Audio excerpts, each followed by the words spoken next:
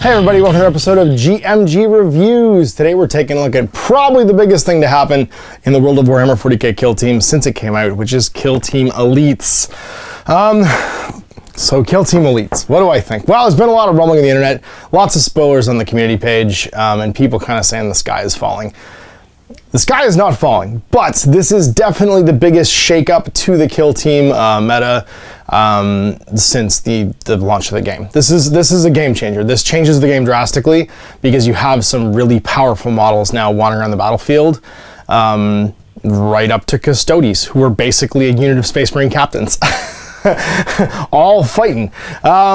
But having played Kill Team competitively a couple times now, I actually came first in my pod in Adepticon's Kill Team tournament, and I think I got second overall for that tournament.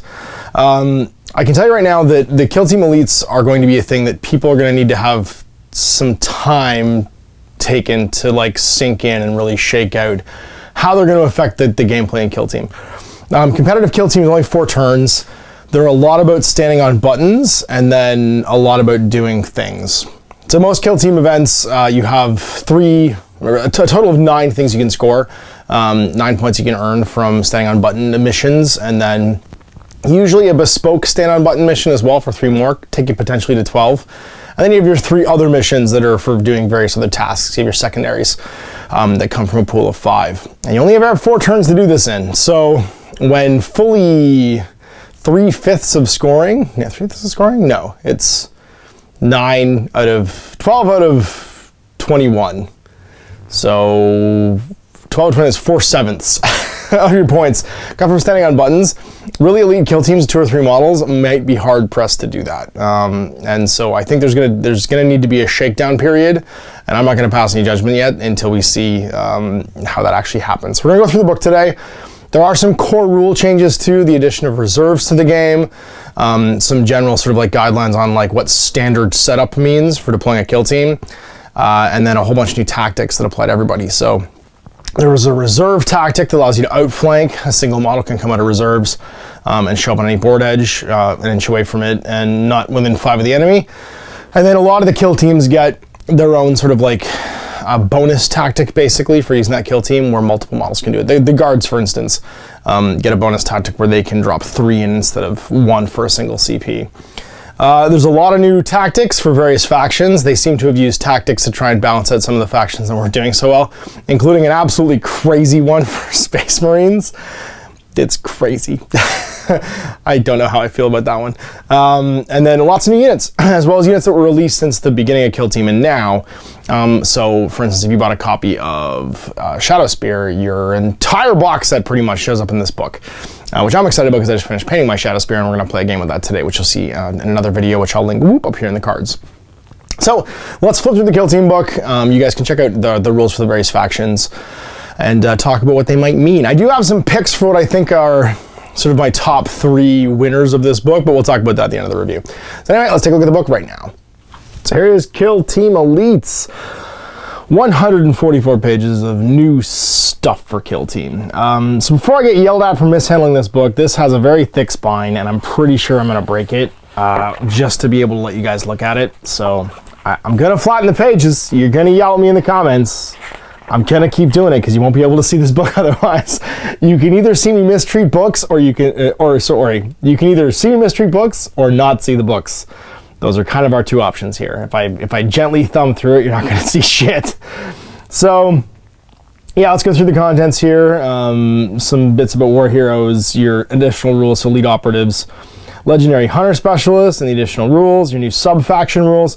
This has been talked a lot about on Warhammer community. Basically, they're your sub-faction rules from 40k. So if you had like 40k special rules for things like Space Wolves or Ultramarines or Imperial Fists or Death Guard, they're gonna get added in here. The ones that don't make a lot of sense for a small skirmish game get new rules. The ones that are just fine in a skirmish game, like my Space Wolves will have Hunters Unleashed, which works fine. It's just +1 to hit if you charge, get charged, or heroically intervene. So doesn't really, it's the size of the game is irrelevant to that rule, right? Whereas some of the games, or some of the rules for different things, only make sense in a larger game. They've been replaced by special ones. You get chapter tactics, regimental doctrines, Forge World dogmas, legion traits for your chaos guys, craft world attributes, Drukhari obsessions, mask forms for the Harlequins, dynastic codes for the Necrons, clan cultures for the Orcs, sept tenets for the Tau, some high fleet adaptations for the Tyranids, and cult creeds for your Genestealer cult.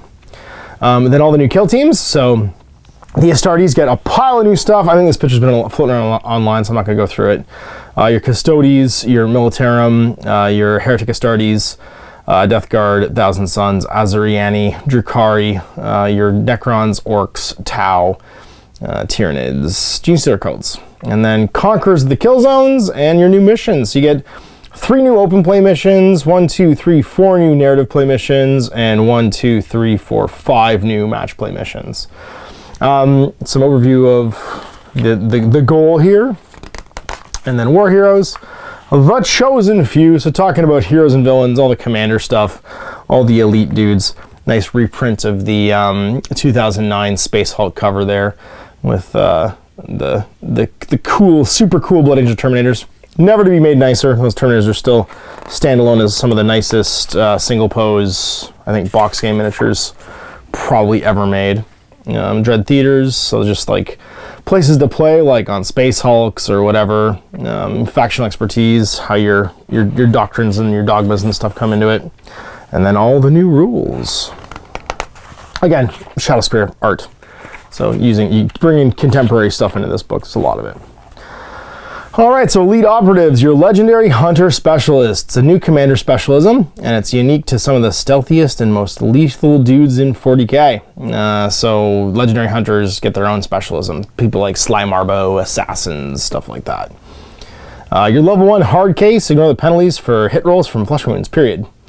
Level 2 is Sudden Ambush. When you set this model up from reserve, set them up anywhere in the battlefield that's more than 5 inches away from the enemy model. So they just appear out of nowhere, basically. Level 3 Stealthy Hunter. When an opponent makes a hit roll or injury roll for a shooting attack that targets this model, and this model is obscured, that hit roll and injury roll suffers an additional -1. You get the same camo cloaks, basically, that the Eliminators get. Level 4, like Fighting a Shadow. Once per battle at the start of any movement phase, if there's no enemy models within 6 of this model, and this model is not shaken, you may remove this model from the battlefield and put it in reserve. So it just disappears, and then sudden ambushes back out again. So yeah, I mean, again, this is all commander stuff, so it's not really going to affect the core rules of the game because commanders are optional for the most part. And kill team sizes are still 100 points, right? So you're playing a big, cool narrative kill team thing if you're using the Legendary Hunter. And he's neat, but I'm not going to go through all his tactics because, again, commander stuff. You can see some of it comes out. Or you can pause this and screen cap it like a bajillion of you people do. So, additional rules, standard deployment. So this is, again, just defining how to do a standard deployment. Roll 2d6, the high scorer has the greatest strategic advantage in the mission, the next highest, and so on and so on. Any players roll the same result, reroll until you got advantage. Players then take it in turn in the order of least to greatest to deploy one model from their kill team. Models must set up wholly within their deployment zone. Once all players have set up one model, they do so again in the same order, and so on. If they run out of models, you skip them until you keep going. That's now the standard way of deploying. Variable battle length. So the standard way of having variable battle length is it goes 4 turns, you get a 5th on a 3+, and you get a 6th on a 4+, and it automatically ends after 6. So this is, I mean, it's kind of boilerplatey, but it does give you a standard way of doing things. So when they write missions in the future, they can just say, use standard deployment and variable battle length. I like it as an addition to the game because, for instance, in the competitive play missions, these get referred to, but they have to be reprinted at the beginning of each pack. They don't have to do that anymore. It's just in a rulebook. Then you have reserve, setting up in reserve. It's the same as in 40k. During deployment, instead of setting up a model on the battlefield, you can say you're putting in reserve. You can do this with up to half the models in your kill team, but if you're using Battleforge kill teams, the total point cost of any models in reserve can be no greater than half your kill team's force. So not only just half the models, but half the point value too. So you can't just put down Grots and have all your commanders in reserve, your burners in reserve or something like that, holding the line. The Grots will get unruly and require minding. And then setting up from reserve, you can do it basically at the end of any movement phase, but you have to be placed within 1 inch of your deployment zone. So you can set up without any cost or CPs for your deployment zone. You're considered a casualty if you don't set up by the end of round 3. And then you have everybody gets a universal reserve tactic, which is outflank for 1 CP. Use this tactic at the end of the movement phase. Choose a model from your kill team that's in reserve, and set them up within 1 inch of the edge of the battlefield and more than 5 inches away from any enemy model. So you can show up behind people, you can show up anywhere. Any edge of the battlefield. That one's bonkers. So if you want to go get that camping sniper who's on who's on readied, and you show up out of line of fire of him, and the next turn you get the initiative and you charge him. There's like tons of applications here. So when I say that a lot of this is going to fundamentally change the rules of the game, like this 2 pages of rules fundamentally change the rules of the game. It penalizes shooting armies that just sat back and camped. It incentivizes a more dynamic like deployment method, and it standardizes some stuff that had to be reprinted over and over, which will just make like writing missions in the future a lot more clean. And then that is it for the new rules. Sub-factions. So basically, sub-factions are if you have the keyword faction, like the primary one, so in this case like Adeptus Astartes, then you can pick one of the sub-factions to go in brackets next to it. That's the way it'll go going forward. So for instance, the Astartes ones, you get Grim Resolve for Dark Angels. Reroll hit rolls of 1 for shooting attacks made by models in your team, including when firing Overwatch if they haven't moved in this battle round. In addition, you can reroll the dice to determine whether or not your kill team is broken in the morale phase. So that's pretty great. Lightning Assault for White Scars. When a model in your kill team advances, add 2 to the roll. In addition, if a model in your kill team started the movement phase within 1 inch of the enemy model, but when you pick it to move, there are no enemy models within 1 inch, that model can still make a charge attempt instead of falling back or remain stationary. So basically, if you were within 1 at the beginning of the movement phase and someone fell back from you, you can still charge, which is huge because people get so hosed.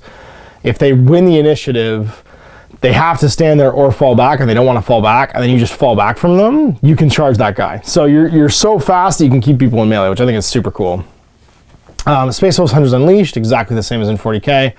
In any battle round in which a model in your kill team charged, was charged, or made a pile-in move.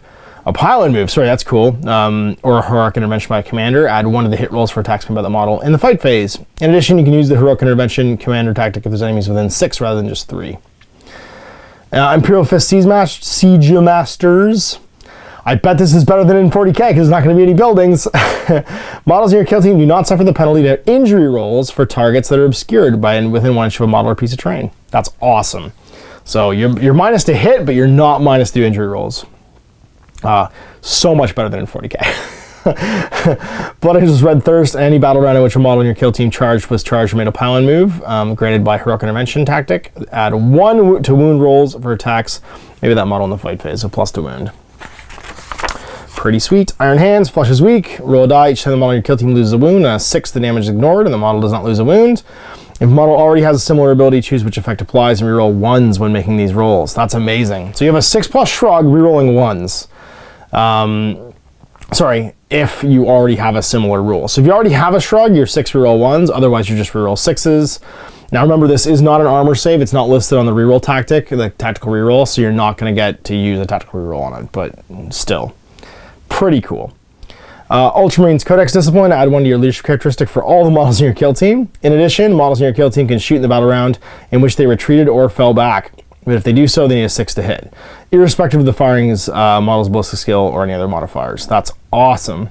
So it means you can still fire Overwatch when you fall back, and you can shoot in the shooting phase only on 6s, which is huge. The Salamander's Master Artisans, you can reroll a single failed hit roll and single failed wound roll in each phase, as long as the attack was made by a model in your kill team. So yeah, like, I mean, at least it's not every model in your kill team. No, it's not, but it's still anybody, anytime you want. You get 2 free tactical rerolls basically all the time. You get Shadow Masters for the Raven Guard. Models in your kill team are considered to be obscured to enemy models that target them from more than 12 inches away, which means they're -1 to hit, but they don't stack with other -1 to hits. And then Black Templars reroll charge rolls for models in your kill team, like all the time. Your Militarum Tempestus keywords, and then you get Advisors and Auxilia. Models with the following keywords cannot be drawn from a regiment. However, their presence in your team does not break the fact you're in a regiment. So, Militarum Tempestus keywords dudes get it, and Astra Militarum guys get it too. So basically, if you're Astra Militarum, you get these ones. If you're Military Tempestus, the Stormtroopers, you get these ones. Just that one, sorry. So Cadians, Born Soldiers, reroll unmodified hit rolls of 1 in the shooting phase for models in your kill team that have not moved in the battle round. If a model in your kill team is issued the take aim order and it's not moved, they can reroll all failed hit rolls. Kachian's Brutal Strength, +1 of the strength characteristic for models in your kill team. So you're all strength 4. In addition, add 1 of the leadership characteristic of models in your kill team if they're within 6 of a friendly officer. Valhallan's Grim Demeanor, you take nerve tests, you roll a D3 instead of a D6. Heirloom Weapons for Vestroyans, ignore the penalty for hit rolls for long range. Ugh, with weapons in your army, that's great. Armageddon industrial efficiency. Models in your kill team firing rapid fire weapons double the number of attacks they make if all their targets are within 18. So your rapid fire goes up to 18 with your plasma guns, your las guns, your hell guns, whatever.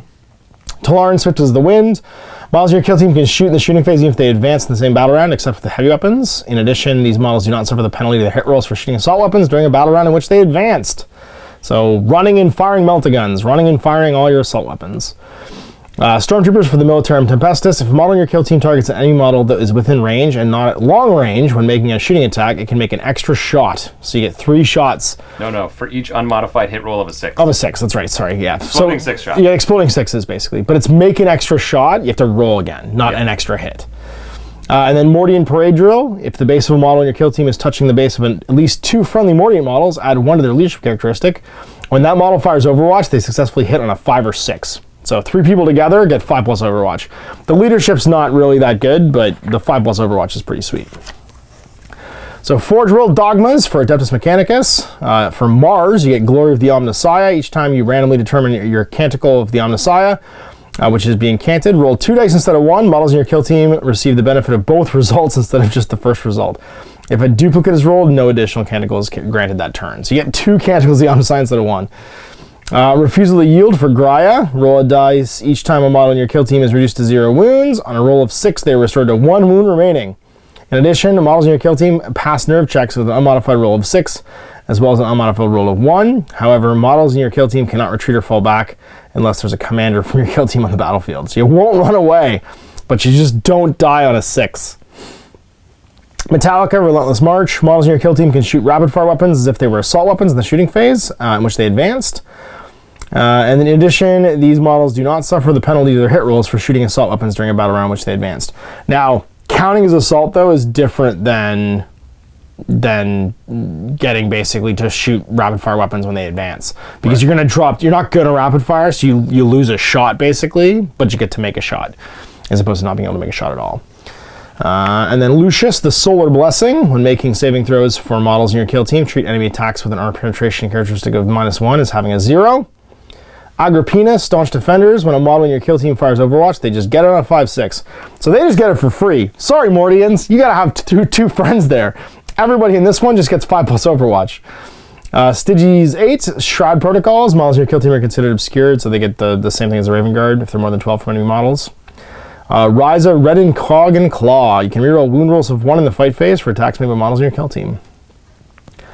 Legion traits. Now we're on to Chaos stuff for Heretic Astartes. Now your Chaos Cultists don't get the Legion traits, but don't prevent you from having Legion traits. You get Flawless Perfection for the Emperor's Children. Only models with the / keyword can be drawn from this Legion. If a model in your kill team is within 1 of the enemy model at the beginning of the fight phase, the model in your kill team is considered to have charged. So you always go first. That's awesome. Yeah, but it's only in the fight phase, which means it doesn't prevent people from shooting you in the shooting phase with pistols and stuff like that, because they're not considered to be charged until the fight phase starts, which is kind of it's an interesting exception. Iron Warriors, the Siege Lords. Models in your kill team do not suffer the penalty for injury rolls for the targets of their attacks being obscured, and within 1 inch of a model or piece of terrain that's between the 2 models. So they get the same thing, literally the same thing that the Imperial Fists get. Which makes sense because there's no buildings, so they're not just going to copy the 40k one, because you're not blowing up buildings, which would be really crap for this. Night Lords get Terror Tactics. When an opponent takes a nerve test for a model in their kill team, they must add 1 to the result if they're within 3 inches of that model. Add 1. For each of your models. For each of your models, that's right, other than shaken models within 1 inch of that model. So you get Scary, Scary Spacemans. World Leaders, Butcher's Nails. Only models with the Corn keyword can be drawn from this Legion. You can make 1 additional attack in the fight phase of the model in your kill team. If it charged, was charged, or made a pylon move, granted from Heroic Intervention Commander Tactic in that battle round. So kind of like an attacker version of the Space Wolves one, except they get plus to hit. Black Legion get Black Crusaders. Add 1 to the leadership characteristic of models in your kill team. In addition, models in your kill team can shoot rapid fire weapons as if they were assault weapons in the shooting phase of a battle round in which they advanced. And then you get Word Bearers, Profane Zeal. You can reroll failed nerve tests for models in your kill team. Alpha Legion, Hidden in Plain Sight, exact same as the Raven Guard one. Models in your kill team are considered obscured over 12. And then Renegade Chapters, the Dark Raiders. Reroll charge rolls for models in your kill team. There you go. The Renegades get something, which is kind of cool. So Craft World Attributes. You're going to get a bunch of these of your Azuriani. So Ulthway gets Foresight of the Damned. Roll a dice for each of the time a model in your kill team loses a wound. On a 6, the damage is ignored and the model does not lose a wound. If a model has already a similar rule, choose which effect applies and reroll 1s when making these rolls. So if you already have a shrug, you get to reroll 1s and make either this shrug or the other shrug. Same Han gets the Wild Host. You can reroll charge rolls for models in your kill team. Aletuc gets Fieldcraft. Again, the same obscured thing over 12. A lot of these are copied and pasted if they grant a similar rule. These are almost all, yeah. Let's just starting to look through these. Yeah. It's 6-up shrug. Yeah. Reroll the charge. That's Plus right. 1 to hit. Nerve on a D3. Bealtown gets Swordwind. Add one of the leadership characteristic for aspect warriors in your kill team. In addition, you can reroll hit rolls of 1 for shuriken weapons used by models in your kill team. A shuriken weapon is considered to be anything that says shuriken. The ranged profile of a Scorpion's Claw is also a shuriken weapon. And then Eandon gets Stoic Endurance. When you take a nerve test, roll D3 instead of D6. Same as was the Valhallan one? No, it was the... Yeah, it was the Valhallan. Was the Valhallan one? Grim Resolve. Drukhari Obsessions. So Drukhari factions get Cabal, Witch Cult, or Homunculus Covens. And if your army is battle forged and all models in your kill team are drawn from the same Cabal, Witch Cult, or Homunculus Coven, models in the kill team gain the Drukhari Obsession described. So existing data sheets... Cabalite Warriors and Archons gain the Cabal keyword, and Witches and Succubi gain the Witch Cult one, Homunculi gain the Homunculus Coven one. So Blades for Hire, Drukhari models that do not have the Cabal, Witch Cult, or Homunculus Coven cannot be drawn from a Cabal. So like your Mandrakes, all the kind of like semi-mercenary guys that are in the Drukhari. But they don't stop you from having a Cabal. Or Obsession or whatever. So Cabal with the Black Heart, Thirst for Power. Models in your kill team treat the current battle round as being 1 higher than it actually is when determining what they get from Power from Pain. Models in your kill team that do not have the Power from Pain ability instead gain the Inured to Suffering rule. See Power from Pain. And then Cabal of the Flayed Skull, Inescapable Slayers.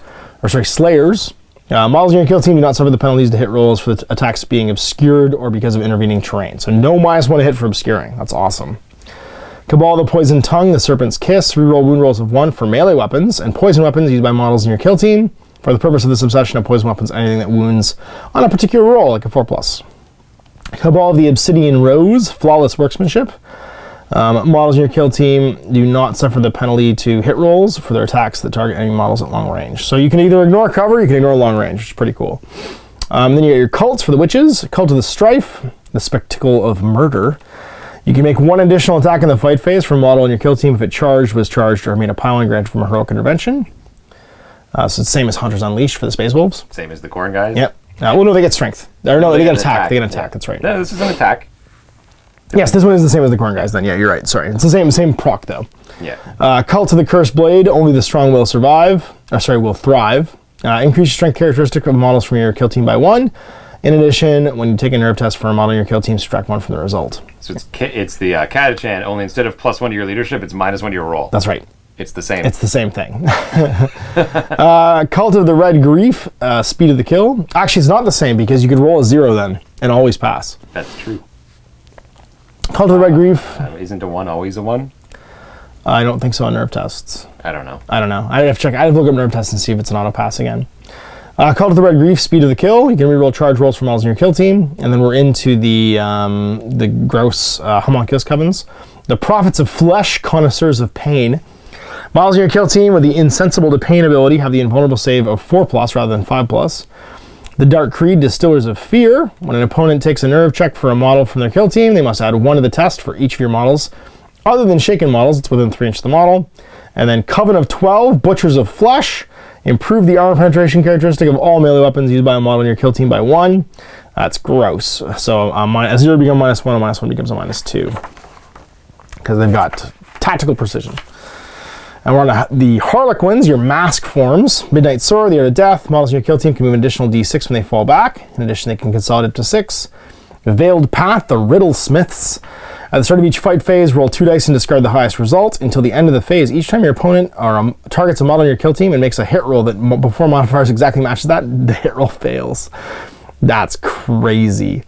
So you discard the highest. So if you rolled a 1 or a 2, it probably wouldn't affect their hit rolls at all because most things would miss on a 1 or a 2. But if you roll a 3, 4, 5, or 6, any of those would get missed. So yeah, that's bonkers. Frozen Stars, Hysterical Fury.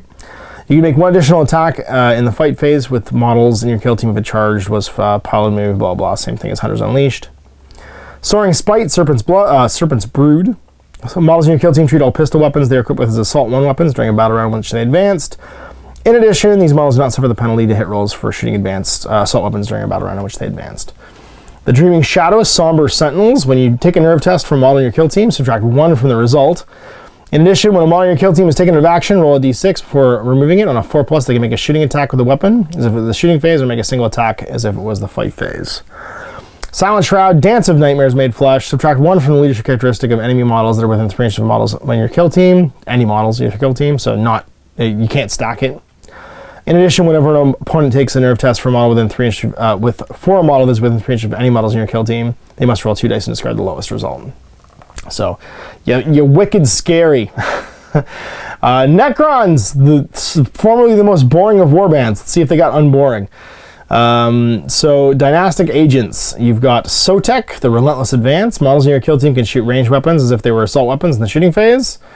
But don't ignore the penalty. And then Mefrit Solar Fury. If a model in your kill team targets an enemy model within range and not at long range, they get to arm penetration improved by 1. Novak, Awakened by Murder. You can reroll failed hit rolls in the fight phase for attacks made by a model in your kill team if it was charged, made a heroic convention. So just reroll to hit. Nihilak, Aggressively Territorial. Reroll unmodified hit rolls of 1 in the shooting phase for models in your kill team if they have not moved this battle round. So you get the Cadian thing. And then Nephrak Translocation Beams. If model in your kill team advances, you can re-roll the d6 to determine the increase to that model's move characteristic. In addition, if a model in your kill team advances, it can move across models and terrain as if it was not there. So you can phase through walls. That's actually pretty cool. That's really cool, especially if you're taking lots of, whatchamacallit, flayed ones and stuff like that. You can re-roll it. Yeah, absolutely. So you can just phase through walls. It's the Orcs, Clan Culture.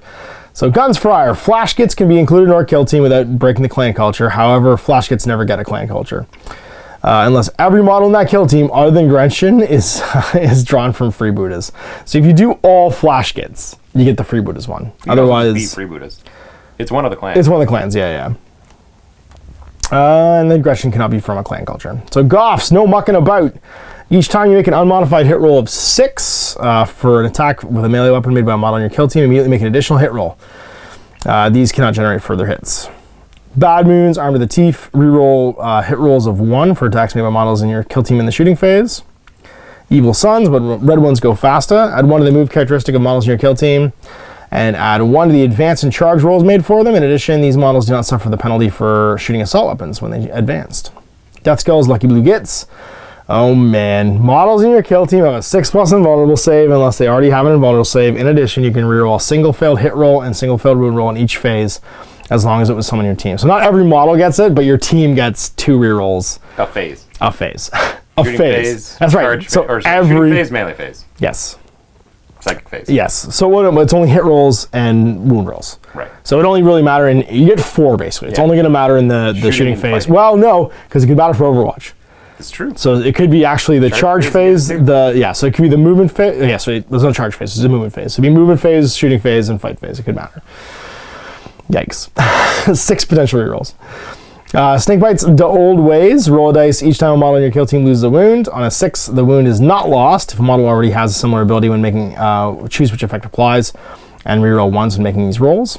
Blood Axes, Tactics. Models in your kill team are considered to be obscured to enemy models that target them if they are more than 18 inches away from those models. In addition, models in your kill team can shoot even if they fell back in the same battle round. And then Freebooters, Competitive Streaks.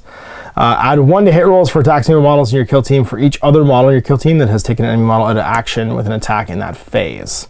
So if you kill somebody, everybody gets +1 to hit for the rest of the phase. Poof. And it stacks. Because each time. Yep. Sept Tenets for the Tau. Kroot, models cannot be part of a Sept, but they can be included in Tau Park kill team without breaking it. So Tau Sept, Coordinated Fire Arcs. When a model in your kill team uses their For the Greater Good ability, or when they fire Overwatch while they're within 6 inches of a friendly model, they get a 5+ to hit. Viorla, Strike Fast. Models in your kill team can shoot rapid fire weapons as if they were assault weapons in the shooting phase of a battle round in which they advanced. And they don't suffer the penalties. Yep. Borkan, that's a stupid name. The Borkan Sept, Superior Craftsmanship. Models in your kill team do not suffer the penalty for hit rolls in long range. That's a really good one for Tau. The Daliath Sept, Adaptive Camouflage. If a model in your kill team does not move in the movement phase for the remainder of the battle round, it's considered obscured. The Sakea Sept, Calm Discipline. Add 1 to leadership characteristic for models in your kill team. In addition, you can reroll hit rolls of 1 for shooting attacks made by models in your kill team. That's baller. Holy moly. Just +1 leadership and reroll 1s. That seems like 2 really good things. And then the Far Side Enclave, reroll hit and wound rolls of 1s for shooting attacks made by models in your kill team. The target enemy model that's within 6 inches of the firing model. So you're like an up close. And it's hits and wounds within 6. So like your breacher teams and stuff would be amazing. All right, Hive Fleet adaptations. Oh dear, the Tyranids. These guys are always terrifying. You get Behemoth, hyper aggressive, reroll charge rolls. Kraken, questing tendrils. When a model in your kill team advances, roll 3d6 instead of 1 and pick the highest. In addition, if a model in your kill team started the movement phase within 1 of the enemy model, but when you pick them to move, there's no enemy models within 1, so if someone falls back from you, they can still make a charge attempt instead of falling back or remaining stationary. So the same thing that the White Scars get, where if you run away from them, they can still charge. Leviathan, Synaptic Imperative. Roll a d6 each time a model in your kill team loses a wound while they're within 6 inches of friendly Synapse model. On a 6, the damage is ignored and the model does not lose a wound. In addition, models in your kill team that are within 6 inches of a friendly Synapse model do not suffer the penalty to hit rolls from 1 flesh wound they've suffered. So that you get basically transhuman physiology on your Tyranids and 6 up Shrug. Why not? Gorgon, Adaptive Toxins. You can reroll wound rolls of 1 in the fight phase for attacks made by the models in your kill team. Jormungandr, Tunnel Networks. Models in your kill team, other than the ones that can fly, are considered to be obscured to enemy models that target them. If the models advance or charge, however, they lose the benefits until the end of the battle round. Yeah, so that all of the other factions, you got the 6-up or the 12-inch range obscured. Gross. They just get it all the time. If they advance or charge. Hydra, so yeah, you can make a really cool shooting army that way, actually, because you just don't run and charge and you're always obscured. Hydra, Swarming Instincts. You can reroll hit rolls of hit rolls in the fight phase for attacks made by models in your kill team that target enemy model that's within 1 inch of another model from your kill team. So if you have 2 guys fighting, they get to reroll 1s. No, they reroll all. Oh, yeah, that's right, yep. Within 1 inch, sorry. Kronos Biobarrage. Reroll unmodified hit rolls of 1 in the shooting phase for models in your kill team if they didn't move during that battle round. Yikes. Oh, Hive Fleets. Always with the baller adaptations. And now they're swarming. That's right. 20 guns. Well, you get 19 guns because you have to take Tyranid Warrior. You gotta have a leader. Gotta have a leader bug. Now they reroll all to hit. Yes, all the time. Because there's always gonna be more than 1. And so your cult creeds for the Gene Stealer cults. Again, these do not apply to Gene Stealers because of the Xenospherozoology, but they don't disrupt you from having a cult creed. So it's just your hybrids and your acolytes and stuff like that that are gonna get it. Cult of the Four-Armed Emperor, Subterranean Ambushers. Add 1 of the cult ambush rolls for models made in your kill team. Twisted Helix, Experimental Subjects. Add 1 of the strength characteristic of models in your kill team. In addition, when a model in your kill team advances, add an additional 2 inches of distance it can move. The Rusted Claw, Nomadic Survivalists. When making saving throws for models in your kill team, treat attacks with an armor penetration characteristic of 1 as -1 as having 0. The Hive Cult, Disciplined Militants. When you make a nerve test for a model in your kill team, roll d3 instead of d6. In addition, models in your kill team can shoot in the battle round in which they retreated or fell back, but they do it on a 6 to get the Ultramarines one, basically. The Bladed Cog, Cyborgized Hybrids. That's a fun word to say. Models in your kill team have a 6+ invul. This one was on Community.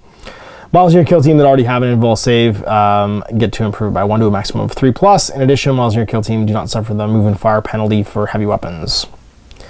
And then the Pauper Princes, Devoted Zealots. You can reroll failed hit rolls in the fight phase for attacks made by a model in your kill team if they charged, were charged, or made a pile-on move granted by heroic intervention. And that's it. So we're on to actual kill teams. Astartes. So all of the Astartes, if every model in your kill team is an Astartes, you get the following tactics. Grab, shoot, descent. So this is what I was talking earlier about. You get additional deployment tactics for all the factions. Everybody gets outflank. The factions usually get special ones that let you do more than 1 model at a time. So use tactic at the end of the movement phase. Choose up to 3 models that are in reserve and have either grab, shoot, or reaver from your kill team and set them up anywhere in the battlefield that's no more than 5 from any models. So you can send in 3 dudes for 1 CP instead of 1-to-1, and they're anywhere on the table, not within 5 of the enemy. But they have to have the grab, shoot, or reaver special rule. So you can drop in your terror troops, basically. Jump pack assault, steps Astartes tactic. Use this tactic at the end of your movement phase. Choose up to 3 jump pack models from your kill team. It's the same thing, anywhere on the table. Now, the only jump pack troops you're going to get, though, because you still don't get assault squads, are the Vanguard vets. So they're going to be spendy. So having 3, that's kind of your whole army. And then Angel of Death. Use this tactic after choosing a model that charged in the battle round to fight with. Add 1 of the model's attack characteristic for the phase. Teleport Strike. It's the same thing with Terminators, up to 3 of them. Smoke grenades. Use this tactic at the beginning of the shooting phase. Choose an infiltrator or suppressor sergeant for your kill team that isn't shaken. That model can make a shooting attack. Cannot make shooting attacks in this phase, but until the end of the phase, all models within 3 are considered to be obscured if you drop smoke. And this is probably the craziest thing added to the game. Death denied. 2 CPs. Use this tactic when one of your models would be taken out of action. That model suffers a flesh wound instead. So it's 2 CPs. They don't die, and they take a flesh wound. That is. I mean, I assume that when they get to the 3rd flesh wound, they'd still die. So when they have 3 flesh wounds, they take 1 more, they die. Right. Right. So like if you had 3 and you did that, you'd yes, still die. but typically that's not what happens. No, it's not. Typically it's you go in fresh and you either die or you take a flesh wound. Right. This is when you lose a dude, 2 CPs, and you can use it once per phase, right? So if I die in the shooting phase, I can use it. If I die in the fight phase, I can use it again. I use it twice a turn for 4 CPs. So yeah, that one's, you can make some big plays basically and just not die. Yep. Which is crazy. So all of your super sweet new Shadow Spear stuff is in here. Captain Phobos armor, he's got pretty much the same stats as in 40k. There are occasional addendums to the rules, changing from the 40k rules for when they don't totally make sense. Like the Eliminators, their out of line of sight shot hits on a 6 instead of just being like, I hit all the time. Yep. Some of the stuff that's a bit crazy for this level is different. And a lot of guys get different tactics. You get Rites of Battle for your captain, which is the 6+ aura. It's a commander ability. You get to reroll 1s for friendly models within 6 of them, as long as he's not shaken. He gets his Camo Cloak. The Camo Cloak is different from in 40k, so it's not +2 save. It's you get an additional -1 if you're obscured, so you're -2 to hit. And then everything's pretty much the same. But his Omni Scrambler only has a 7-inch range, because if it had 12-inch range, Outflank would be totally useless against any of the guys in Phobos armor, the Omni Scramblers. So it's not quite as bad, because remember, all of the Infiltrators have Omni Scramblers as well.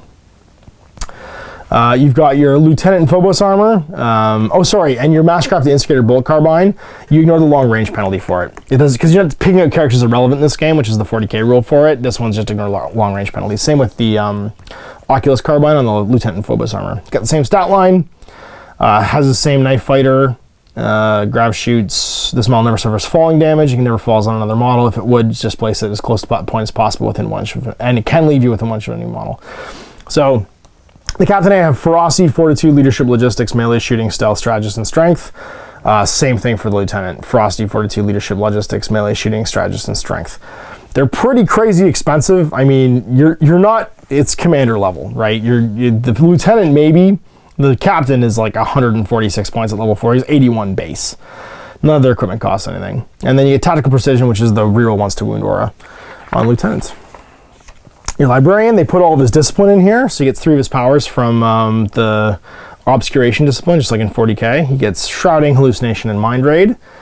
He's basically the same stat line, has a 4 sword. His Camo Cloak works the same as the other guys. Transhuman Physiology, Concealed Positions, just like in 40k. Anywhere on the table, not within 9. Not like the one in 40k. Has a value of 6. If your manifest is selected an enemy model within 18 inches invisible, the model suffers a mortal wound. If your kill team is battle forged, you gain a CP as well. It's pretty much the same.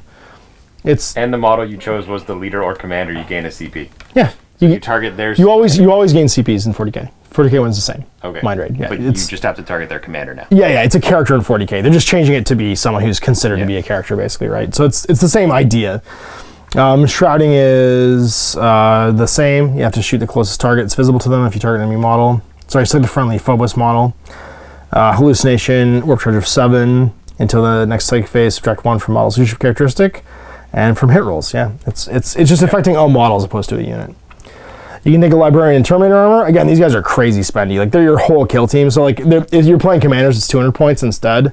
They're a big chunk of your kill team if you're taking a leveled up. You do pay for the war gear on this guy, because it's all combi flamers and meltas and plasmas and stuff. He gets the same Astartes disciplines from the commander's book. And really nothing else that different. Chaplain and Terminator armor. Gets a couple of cool auras, Litanies of Hate and Spiritual Leader, same as the ones from the Commander book with the Primaris Chaplain. Captain Terminator armor gets the aura for reroll 1s. And now the actual stuff you could probably use in a regular game. You get your Infiltrators, same stat line as 40k. Their Omni Scrambler is 7 instead of 12, because having a 12-inch you can't set up Reserves aura would basically block the table if you just sat in the middle of it. But 7 inches is still pretty huge. The Infiltrators with... So people were talking about how they're way more expensive than Intercessors. With the way Outflank is now just a general rule in the game, that Omni Scrambler rule is a crazy, powerful ability. And Infiltrators are still really good. They got their carbines, they got their 6+ auto wounds, all that fun stuff. I think they're a point or two more than taking Intercessors. And they can set up anywhere 9 inches from enemy deployment zone. That's right. I mean, that's typically how far you are from the enemy deployment zone anyway. It's hard, on a table it's only 22 by 30. It's not... That's cool. It's cool to go left and right typically when you're playing lengthwise, but it's not going to be as big a deal as it is in 40k. The Omni Scrambler I think is a huge deal just for like protecting your deployment zone and stuff. Take a suppressor with your Accelerator autocannon. He has a grab shoot, which means he can use that grab shoot ability. Sorry, we should mention your Helix Adept in this. All he really gets is the ability to be the medic specialism. There's nothing like different or special about him. He doesn't get any special rules. And you can do leader, medic, comms, demo, scout, stealth, veteran. So no sniper, which is kind of a big deal. And no like combat guys or anything like that either. The suppressors can be leader, demo, scout, sniper, stealth, veteran. The eliminators, which I'm super stoked about, they get the same camo cloak as the characters do, so -2 to hit and cover instead of -1. They get concealed positions. Their gun works pretty much the same except for the mortis rounds. And they can be leader, comm, scout, sniper, stealth, veteran. You can't be a demo. Being a demo would be amazing, but they don't let you be a demo. So you gotta be a sniper instead. Demo, what you really actually want to be is a heavy, because all their sniper rifles are heavy weapons, so you can move around and cover and fire, but heavy and demo are not available to them, and they would have been really good specialties. Terminators, they're Terminators. That's no surprises here. You can take a leader, your gunner can be a heavy, combat, comms, demos, veterans, and zealots. So you can kind of have every mix of Terminator. And then veterans. Now this is probably the biggest unit entry in the Astartes thing because it covers Stern Guard, Vanguard, and Company veterans in like every variety plus sergeants. So you get a Stern Guard gunner, regular Stern Guard, and then Vanguard and Company veterans, and then a sergeant for each type. They have a million weapon options, and some of the chapter keywords give you new ones. So Space Wolves and Dark Angels models cannot be Stern Guard veterans, Stern Guard gunners, Stern Guard sergeants, Vanguard veterans. And the max characteristic for Space Wolves Company veterans is dash rather than 4. So you can have as many baseline veterans as you want, but you're locked out everything else. But you get special weapons. So like a Space Wolves Company veteran or Space Wolves veteran sergeant can be equipped with a jump pack. So they're not a Vanguard veteran, but they're a Company veteran with a jump pack. And they get the jump pack and fly keywords. Dark Angels veteran or Dark Angels veteran sergeant can be armed with a combat shield. And a combat shield gains a 5+ invulnerable save. So like you get some extra stuff. And you get heavy weapons in a Dark Angel Company veteran squad because they're basically a tactical squad. So instead of being limited to 4, you can have as many as you want, which is pretty cool. They're like 1 wound Primaris guides basically. You get your usual stuff. You get an Auspex equipment. Sergeants can be leaders. Heavies can be gunners. Or gunners can be heavy, sorry. And you get access to combat comms, demo, sniper, veteran, and zealot. And then here's your huge list of weapons. So really the only modifications from 40k are the mortis rounds. Add 2 to hit rolls for this weapon. In addition, it can target models on a line of sight, but it needs an unmodified 6 roll to hit. So it's not the same as 40k. You get your, what else? Cyclones, they're basically the same. Graph Cannon and Grav Amp's the same.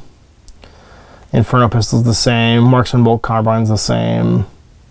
Yeah, it's really all unchanged from regular 40k. And then your point values, so they're not terrible. Oh, and your war gear list, who can take what from some of the equipment options. Your eliminators are 18, 19 for an eliminator sergeant, so those are the bolt sniper rifle guys.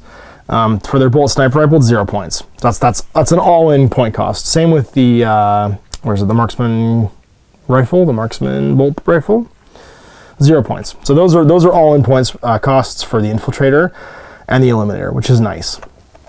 I think the infiltrators, you definitely want to take 1 or 2 now in Space Marine kill teams just to keep people from outflanking you. And their gun is super sweet. Like it's an auto wound. It doesn't have the AP that the bolt rifle has, but it's still a super solid gun. Your veterans are all pretty cheap, actually, because they're regular Space Marines. So 13 for Stern Guard, Vanguard, and Company, and then 14 for all the sergeant types. Your suppressors are 29. I mean, they are jump infantry with giant autocannons. The accelerator autocannon is 0, so that is like built in. And then your Terminators are 25, 26 and 27 for gunners and sergeants. Your Stormbolter I don't think is built in, though. 2 points. 2 points. So you're looking at 27 for the Stormbolter, and the Power Fist you still pay points for, which is Power Fist 4. So 31 points, basically, for a Terminator. So you can take 3 Terminators, basically, as a squad, one of which would be a Sergeant. You can maybe afford a Gunner. How are we looking for an Assault Cannon here? It's 5 points for an Assault Cannon, so you could probably fit in a Gunner. Because if you took one of the Assault Cannon, it's really only 3 points because you're trading the Stormbolter for it. So it's 28, 32. Yeah, you could definitely fit three Space Marines in there, all armed with like different things. So if you want to grab that Space Marine Heroes 2 box and make a 3-man Terminator squad, you could definitely take it as a kill team if you wanted to. And then your Deathwatch kill team. So Deathwatch models in your kill team use the special ammunition keyword below, and they pay a different point cost for all of these weapons. Sorry, an increased point cost for all these weapons. So you get your mission tactics now. At the beginning of the first battle round, choose a data sheet to be your kill team's priority tactic. So whatever data sheets your opponent is using, pick one of them and you get to reroll wound rolls of 1 against it, which is super cool. You can also spend a command point to change your different data sheet. So you're going to get your 40k reroll 1s to wound now, which is awesome, and it's adaptive basically to whoever you're fighting against, because you're Space Marines and you're good at that stuff. They do your special ammo thing, a kill team when you add a Captain in Terminator armor, a Chaplain Terminator armor, Librarian Terminator armor, Terminator Veteran or Vanguard Veteran equipped with a jump pack. To your command roster, you can choose to give it the Deathwatch faction keyword instead of the Astartes faction keyword. If you do so, it gains special ammo, but must pay these additional points for its war gear. And then your special issue ammo is reprinted here. So Dragon Firebolt, add 1 to hit rolls if it's obscured. Hellfire always wins on 2s. Kraken Bolt, add 3 inches to the range of the weapon if it's a pistol, or 6 otherwise, and improve the AP if it's by 1 to a maximum -2. And then Vengeance, subtract 3 from the range if it's a pistol, or 6 otherwise, and improve by 2 to a maximum -3. Grey Knights, what do you get? One thing, Brotherhood of Psychers. When it's your turn to choose a Psyker in your kill team to attempt to manifest a power in the phase, you can choose up to 2 models in your kill team to do so. Resolve all of one model's attempts. In addition, you can add 1 to Psych tests and deny the wish tests for models in your kill team.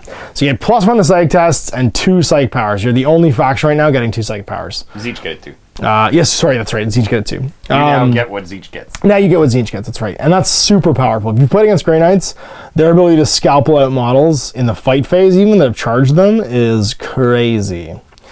And you get Teleport Strike. Your Terminator models, up to 3 of them, can be anywhere on the table if you're taking Terminators. And that's because You're going to take Paladins.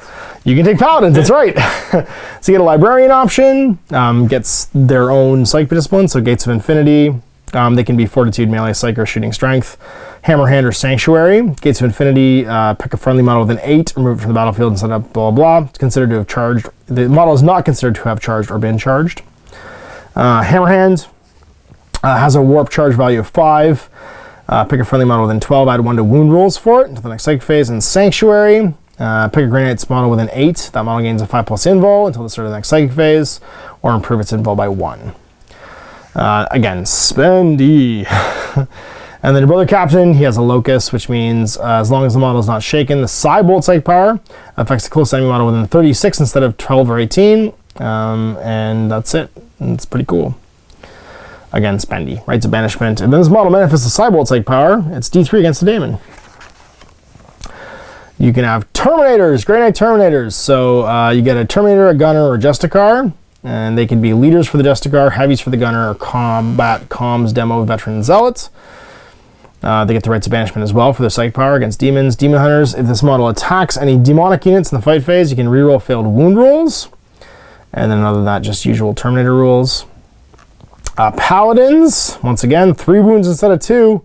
Great stat line. They get 3 attacks instead of 2 as well. That's right. Well, 4 if they're using Falchions. Yep. This model can attempt to manifest Psych power and deny 1 Psych power in each Psych phase. Leader, Paragon only, heavy Gunner, and then combat, comms, demo, veteran, and zealot. And then your point values, you're crazy spendy. You're only getting 2 Terminators, you're getting 1 Paladin maybe. Two Paladins at the most. Because you're still paying for your melee weapons, so you got 6 points to spend for that stuff. You could save the sword. You could save the sword. You do have to spend 0 for your Stormbolter, so you're okay for that one. If you wanted a side cannon, you could basically take 2 Paladins, but one would have to be a Paragon. So you'd have to take the Paragon. And then the other Paladin. The sword is free, and you'd have 3 points to spend on the other Paladin, giving them... So you could each take the Falchions. You could each take the Falchions and or the one Halberd. of you can get an Incinerator. Yeah. That's not bad. That's not bad. Yeah. So you do Incinerator Falchions. And the two of you guys are just high-fiving. And that's it. Although I don't think you have the ability, you don't have the ability to take a 2-man kill team. You have to have 3. So you wouldn't be able to do it. You'd have to go 3 minimum, and there's no way to do it with Terminators. So you're getting 1 Paladin plus 2 Marines. Because you can't take the 3-man kill team. Only the Custodians could do that. Or a 2-man kill team. The 2-man kill team, yeah. Mechanicus, so you get new tactics. Infiltrators, so up to 3 Sicarian Infiltrators can be set in a preserve anywhere in the battlefield for 1 CP. Your Galvanic Pulse, it's only for the Manipulus, I guess. You use attack at the start of your movement phase. If your kill team includes a Tech Priest Manipulus, that model gains the following until the end of the battle round. As long as this model is not shaking, and add 1 to all move characteristics for friendly models that begin your turn out in the movement phase within 6 of them. So you can send out people faster. And this is the big kill, the big priest, the big based one. With his Magna Rail Lance, which is pretty sweet. Transonic Cannon. Canticles, Ballest Bionics, 5-up invul. In addition, at the beginning of each battle round, it gets D3 wounds back. And it can be Fortitude, Leadership, Logistics, Shooting, Strategist, or Strength. See that getting the wounds back is really good because you could get knocked down to flesh wound and then heal multiple wounds on top That's of right. that. Yeah, and you're not dead. No, you're still flesh wounded. But they still have to dig through your wounds. That's right. Yeah. Go back to the beginning. So instead of 4 to 0, you're gone. It's 4 to maybe 1, maybe 2. Yep. Maybe and you can always CP to shake it off too. So what new stuff does the Mechanicus get? You get the Copiscari Electro Priests. So basically 40k Electro Priests with Leader, Combat, Medic, Scout, Veteran, and Zealot. You get a Voltgeist Field for a 5+ invul, and you finish a charge move within 1 inch. Roll a d6 on a 6. The enemy takes a mortal wound. So you do your mortal wound charges. Fanatical Devotion. Each time a model with this ability loses a wound, and a 5+, it does not lose the wound. And then Visions of Motive Force. This model's shooting attacks do not suffer any penalty with hit rolls for the target model being obscured. And then a Fulgurite Electro Priest with an Electro Leech Stave. You get Canticles, Voltgeist Field, same as before. Fanatical Devotion, same as before. And then Siphoned Vigor. If this model takes an enemy model out of action in the fight phase, the invulnerable save is 3+ for the remainder of the mission. And you get Leader, Combat, Medic, Scout, Veteran, Zealot. Those are so good.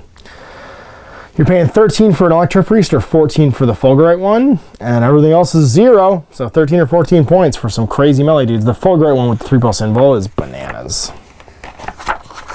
Custodies, what everybody wants to see. So this one gets the full gamut because it's a brand new kill team. So you get your mission, your background, your specialist demeanors, your name generator, your squad quirks, all that stuff. And Zanash. Silly name. Zanash. And then your bajillion different rules. So your Emperor's Chosen, if you're battle forged, your invul save goes up by 1. So you have a 4+ invul instead of a 5+. And then your kill team, and Adeptus Custodes kill team can be battle forged if it consists of at least 2 models rather than 3, as long as it adheres to the other conditions set in the kill team core manual. Ever Vigilance, 2 CPs, use this tactic at the end of the movement phase when your opponent sets up a model within 12 and you're not shaken. Your model can immediately shoot the enemy models if it was a shooting phase, but must subtract 1 from the hit rolls. So if someone just tries to sneak up on you with an outflank tactic, you just turn around and shoot them. Unflinching, uses tactic when an opponent chooses to make a charge roll. When you fire Overwatch, you get to successfully hit on a 5 or 6. So 5+ Overwatch for 1 CP. Inspire Fear, uses tactic at the beginning of your morale phase. Choose a model from your kill team that's not shaken. Opponents must add 1 to the nerve tests for enemy models within 3 for 1 CP. Spark of Divinity, you can deny the Witch for 1 CP within 12. From Golden Lights, your Terminators can, up to 3 of them, deep strike in for 1 CP. And then Adeptus Custodes tactic, Concussion Grenades. I like this one a lot. Use this when your Alorus Custodian in your kill team shoots with a Ballistus Grenade Launcher in the shooting phase. Until the end of the round, the weapon has an AP characteristic of 0, but models that suffer any hits from it cannot attack in the shooting phase, and your opponent must subtract 1 from hit rolls made for those models in the fight phase. So you hit them with flashbangs, and they might just die from the concussion, but if not, they can't shoot you back, and they're minus 1 to hit in the fight phase. That's so cool, and I'm pretty sure that thing's a pistol. Let me just see. Is it a pistol? No, it's Assault D3, never mind. But it's still pretty great. Shield Captain, so 6-inch move. He's just basically a shield captain. 2+, 2+, 5+, 6 wounds. Yeah, he's bananas. Now my favorite thing is you get your Aegis of the Emperor, so 5+ invul goes to 4 with your Battle Forgeness, and you get a 6+ shrug against mortal wounds in the psych phase. Superior Transhuman Physiology. Ignore all flesh wounds. Yep. Not just the first one, you ignore all of them. And you can have a Storm Shield. You get Ferocity, Fortitude, Leadership, Logistics, Melee, Shooting, Stealth, Strategist, and Strength. And then your Imperium Commander, Infantry, Shield Captain. You get your Real One's Aura. And you're crazy expensive. You can take a level 4, it's your whole kill team. Yeah, level 4 with the Storm Shield, you're done. The Custodian Guard are 33 points each, so really, you could only really take that one in 200 points, the basic one, and 2 dudes for 66, and then you can't spend the rest of your points, but you could buy a Storm Shield or something. That's really it. Custodian Guard. They are custodians. They're what else can I say? Everything's 0 points, and they designed them to be exactly enough that you can take 3 as a kill team or 1 in a Terminator. So they're exactly like regular ones from 40k. The base ones can be Leader, Combat, Scout, Sniper, Veteran, or Zealot. The Terminators can be Leader, Combat, Demolition, Sniper, Veteran, or Zealot. Your weapons work exactly the same. None of them cost any points. So basically, you probably want to take all Storm Shields because the Sentinel Blade is almost as, like, you're already Strength 5, and Kill Team being Strength 5 is basically good enough. And you're still minus 3d3 damage with Sentinel Blade, but you get your Pistol 2 and a 3+ invul. Your other option is the Guardian Spear. I do love the Guardian Spear because the damage to Bolt Rifle, you know what I mean? Like, it's minus 1 save, and it's run 1. That's what I mean, it's a Bolt Rifle. And melee, you're Strength 6 minus 3d3. So I'm probably going to try the 3-man Guardian Spear team out first and see how it does. The Terminator's cool, but I think you need the 3rd model. Like I don't think a 2-model team works in this game, but there's an argument for the 3-model one. I think you still go, because the 4+ invul is still pretty great. I think you just go with the Guardian Spears, because it means when you hit someone with a Guardian Spear, you're probably killing them. I mean, and you can bring the Misericordia. Oh, you always get it. So you have 4 attacks in melee. Unless you have a shield, then you don't get it. What I'm saying is you get the 4th attack then with them, which means, and you always attack with it first, I think, because you try and at least flesh wound them with it. No, it just makes an additional attack with that weapon. I know, but you still would make it first to flesh wound somebody, wouldn't you? Yes. I thought attacks are all resolved. Oh, it's true. It would all be resolved. It's not like isn't it by weapons? No. I think you attack with each weapon individually, because it's just like shooting. You determine all your hits, and you do all your saves. Like, if you break down like the way 40k works, it's 1 dice at a time for everything, and then they do 1 dice at a time for everything in response. Right, but if you get flesh wounded, no, because I guess it wouldn't work that way. Yeah, you're right. That's a weird interaction because I'm not sure how it's just another attack the weapon would resolve. Or you can attack a second target with it too, which would be cool. Yeah. Split your attacks up. Militarum, okay, this is the one. I think this might be the winner of the book. Because they get effectively Custodes plus Goombas to stand around with still. So you get Aerial Drop. Your Militarum Tempestus Scions and Tempestor Primes can drop in from reserve, up to 3 of them for 1 CP anywhere on the table. You get Sly Marbo, because he got a cool new model, and he's got his awesome Ripper Pistol and stuff. His Knife in the Dark is funny. It was already posted, but it's like, if you hit them in melee on a 2+, they take D3 mortal wounds. And that's it for 2 CPs. He just stabs you in the neck, and he's no only matter who you are. Points. He might just kill you. He only has 1 skill. He's a legendary hunter level 4. That's right. And he's a commander. So you gotta be using commanders to play with him. He can't be your commander, though. No, he isn't your commander, but he is our commander, yeah. Then you get your Ogrins. They're Ogrins. Avalanche and Muscle, +1 attacks on the charge. It only gets to be used in the first time they fight in the fight phase. If you make them fight twice with a command ability, then they don't get to do it. And you can have a leader as your Bonehead, Combat, Demo, Heavy, Veteran. Your Bullgrins, who are amazing, also get Avalanche and Mushroom. I know. And they get Brute Shields or Slab Shields. So they either get a 2+ armor save or a 4+ invulnerable save and a 4+ armor save. You can have leaders, a Bonehead, Combat, Demo, Heavy, and Veteran. And then you got your Frag Bombs, which are Strength 4 frag grenades, basically. Your Grenadier Gauntlet, Assault D6, Strength 4, 12-inch range. Your Ripper Gun, which can be used in melee or shooting. In melee, it's -1 save, damage 1, with your Strength of 5. And if it's ranged, it's Assault 3, Strength 5. But you only have a 4+ to hit, which is not terrible, to be honest with you. A 4+ to shoot is the same as regular Guardsman. And then your Bullgrin Maul, +2 strength, Strength 7, -1, 2 damage. So they're pretty spendy. Yes. Right? Like your Bullgrin is 37. It's 42 when he brings his 42 with his shield, that's right. And his stick. That's right. So it's not inexpensive. I think you take the Slab Shield for the 2+ save. For 40 points. For 40 points. And then you've got your other 58 points basically to take Goombas. Yeah.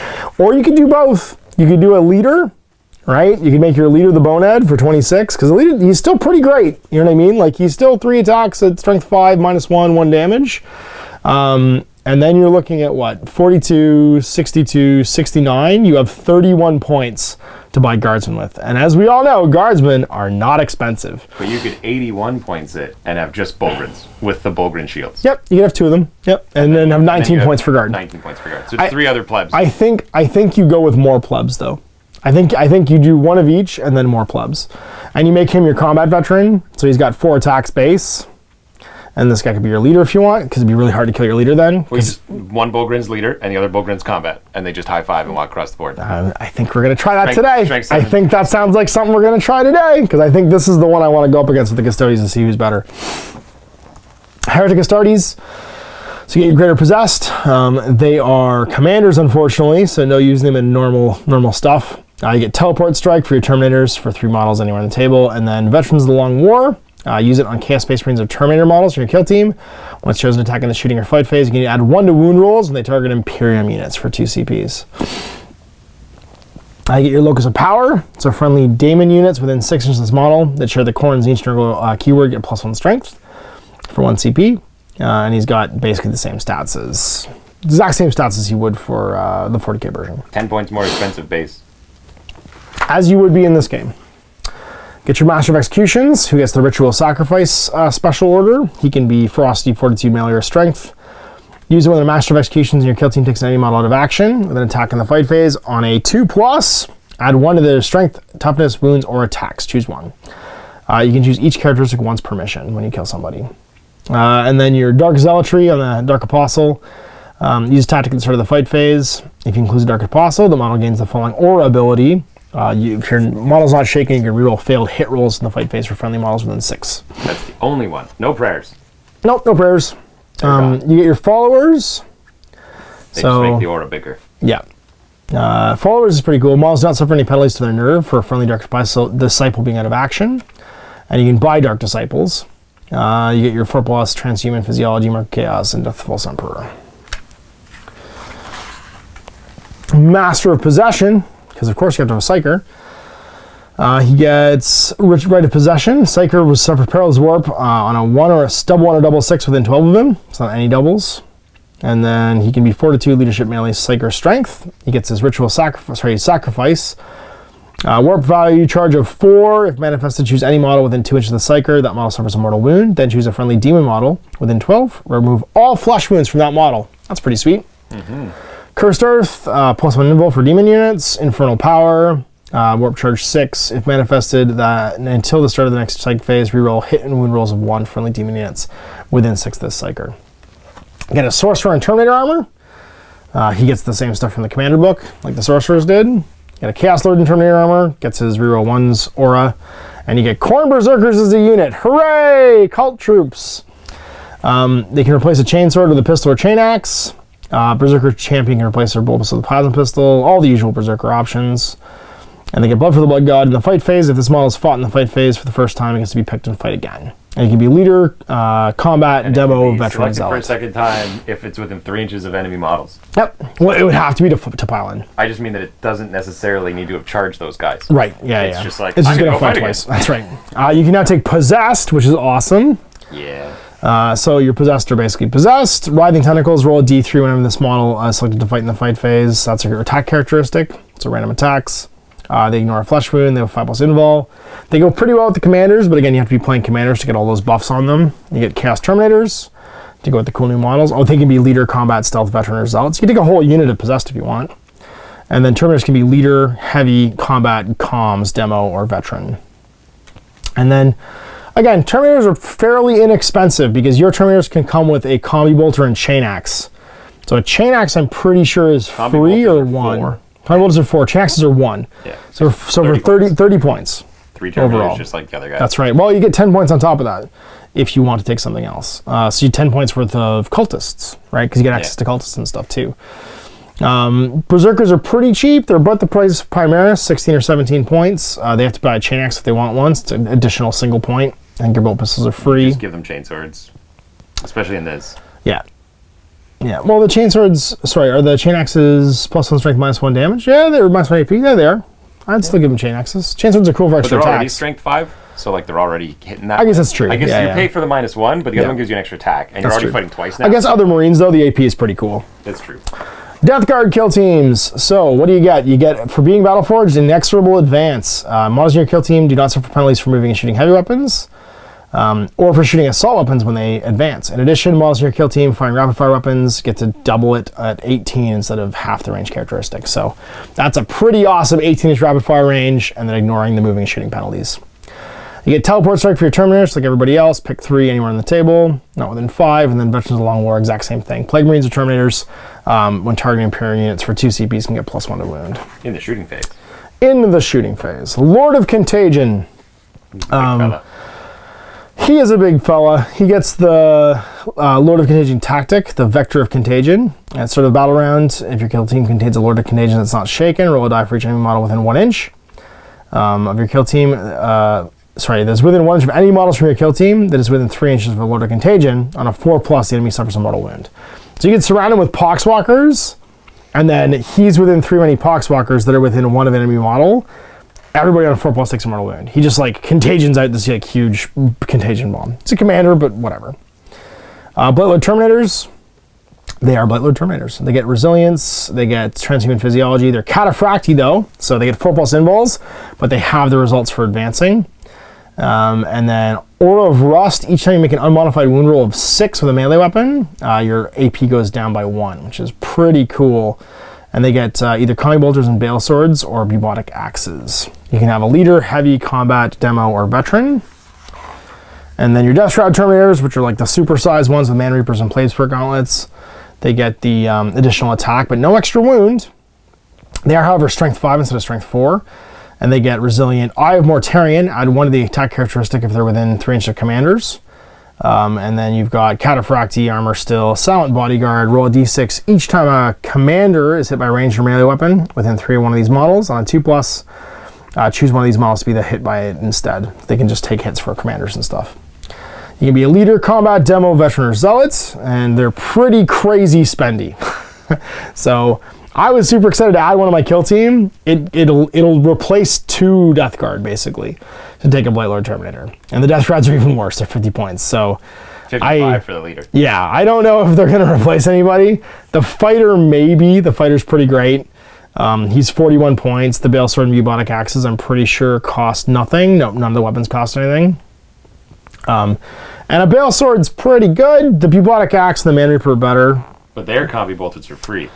3 pages lack the other Combi Bolters are not free. Yes. I think they're buying stats. They're giving you weapons for free. And you get your Thousand Sun stuff, Brother to Psychers, so you get 2 instead of 1. Teleport Strike, Thousand Suns tactic. You can do 3 Terminators. Immovable Automaton. Use it when a Rubric Marine Gunner, or Scarab Occult for your kill teams taken out of action. On a 4+, take a Flesh Wound instead for 2 CPs. Yeah, Space So, Marines. yeah, but yours isn't automatic. That's the weird thing. It's the same CP cost, but it requires a 4+ dice roll. The Space Marines just get it for free. It's also specific guys. Only Yeah, the Terminators yeah, and yeah. the Terminator Gunners. Yeah, so it's the ones that are Rubric, right? It's the fact that you're just dust inside the armor. All the basically. other guys are too, but it's only the Terminator. I know. Oh no, sorry, the Rubric Marines as well. Yeah, Rubric Marines, Terminators, and Scarab Occult Terminators. So but it means your sorcerers don't get it. So your most important guy doesn't get it, and it still requires a dice roll, and it's the same CP cost. I don't get it. You get Vets of the Long War just like everybody else for your Space Rubric Marines or Scarab Occult Terminators. And then your Scarab Occult Terminators are Terminators. They have Death to False Emperor, Transhuman Physiology, all is dust. Add 1 of the saving throws for them if they has a damage characteristic of 1. So you get 1+ saves, which still fail on a 1. In addition, the -1 modifier for hit rolls for moving and shooting don't apply. And then your 5+ invol. And the leader's a wizard. The leader is a sorcerer. That's right. So it would work. No, it only works on the Terminator, so it doesn't work on the sorcerer. Nope. I mean, he's still a Scarab Occult Terminator, but not a gunner. But not a gunner or a regular guy. Yeah. And he's only 38 points. That's pretty cheap for a Scarab Occult Terminator character, right? So you have another Psyker with 3+3+, 2 wounds, 2 attacks, 1+-ish save, right? Because he's going to get against damage 1 stuff. And then, can you buy him any upgrades? The sorcerer can have can replace their Infernal Conning Bolter with a Power Sword. So you could take a Power Sword. Yeah, but you're keeping that Inferno Combi Bolter. That's fair. Amazing. It is pretty amazing. Inferno Combi Bolter is rapid fire 2, -2 save. Yep. Azuriani. This is what I'm excited about. You get nothing super bonusy, but you do get 2 new tactics. So use tactic when you would set up 3 Striking Scorpions. So you get a 3 Striking Scorpion ambush, basically, for 1 CP. Appear Unbidden.